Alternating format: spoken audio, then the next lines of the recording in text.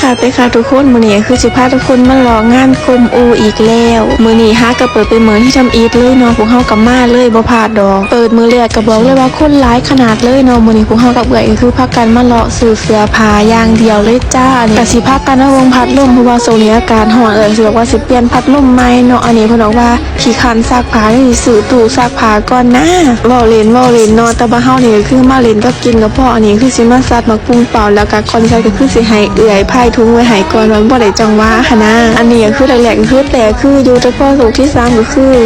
ตุยซื่อเนาะได้แต่3ลูกเท่านั้นซึ่งเจ้าบ่เป็นหยังเหรียญพ่อมวลที่ซื้อเนาะต่อมาก็มาหารเสื้อผ้าอีกของเก่าบ่มีอีหยังเหลียวมากกับจูนี่นะซึ่งเจ้าบอกเลยว่าหมดเงินแต่นำซื้อเสื้อผ้านี่ล่ะข่อยจับมาบ่มีว่าตัวใดสิบ่งามจักตัวเนาะงามหมดไฟนี่ก็ย่องไฟนั้นก็เอาอย่างเดียวไปงานใดนี่คือได้เสื้อผ้าทุกงานแต่ว่าเวลาสิออกไปเที่ยวนี่คือบ่มีเสื้อผ้าใส่จักติเสื้อผ้าซื้อก็จักไปใส่หมดอันนี้แม่นข่อยกับเนาะแต่ว่าคนอื่นฮู้ว่าสิเป็นคือกันหรือบ่ตอนนี้ก็พากันเลาะหุ่มหมดแล้วเนาะเมื่อยแล้วก็สิพากันมาหาซื้ออีหยังกินข่อยคือสิกินเป็นลูกเสียนแต่ว่าข่อยคือสิกินเป็นม้าล่ะหั่นนะมื้อนี้ในระหว่างที่ทา